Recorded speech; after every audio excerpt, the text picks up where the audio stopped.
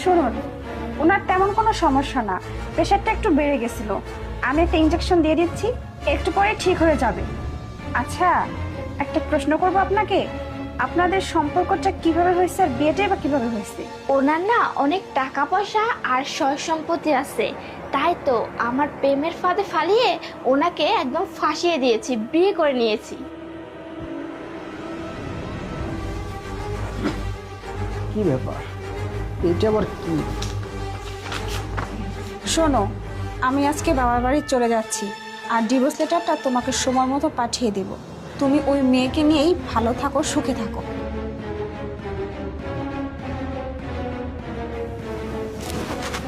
কি ব্যাপার প্রিয়া, তুমি বাবার বাড়িতে চলে আসছো? আরে এটা কি, এটা কি লিখে রাখছো? হ্যাঁ, তুমি কেন বাড়িতে এখানে কেন আসছো? আমি তো তোমাকে বলেই আসছি যে তুমি ওই মেয়ের সাথেই থাকো। আর ওর সাথে তো ভালোই আছো, 2 বছর হয় বিয়ে হয়েছে, প্রেম করে বিয়ে করছো। তাছাড়া তোমাকে তো আমি ডিভোর্স লেটার পাঠিয়ে দিছি, তাই না? দেখো, তুমি আমার কথাটা শোনো। কি শুনবো? তুমি তো মেয়ের সাথে খুব ভালো আছো, খুব সুন্দরভাবে দিন কাটাচ্ছো, দেখে আসলাম তো সবকিছু আমি। আমার কথাটা তো শোনো। শান্তা, শান্তা।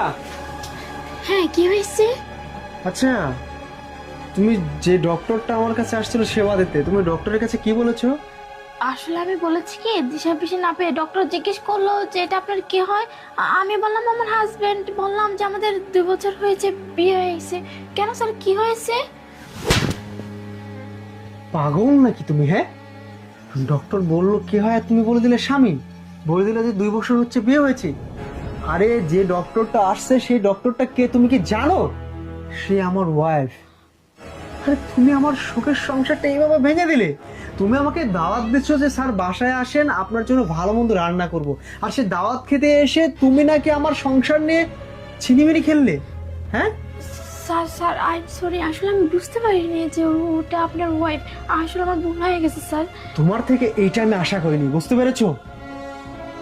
ভালো থেকো। Sir please. কি হলো, এবার বুঝতে পেরেছো? কি বলছো? সত্যি কথা বলছো তুমি এসব? হ্যাঁ, সত্যি কথা বলতেছি। আমি শুধু তোমাকে ভালোবাসি আর তোমার সাথে সারাটা জীবন কাটাতে চাই। আরে ওটা একটা ভুল বুঝেছো তুমি, বুঝতে পেরেছো? আচ্ছা শোনো, এক কাজ করি, আর বাবার বাইরে যখন চলে আসছো, আজকে থাকবে নাকি বাসায় যাবে?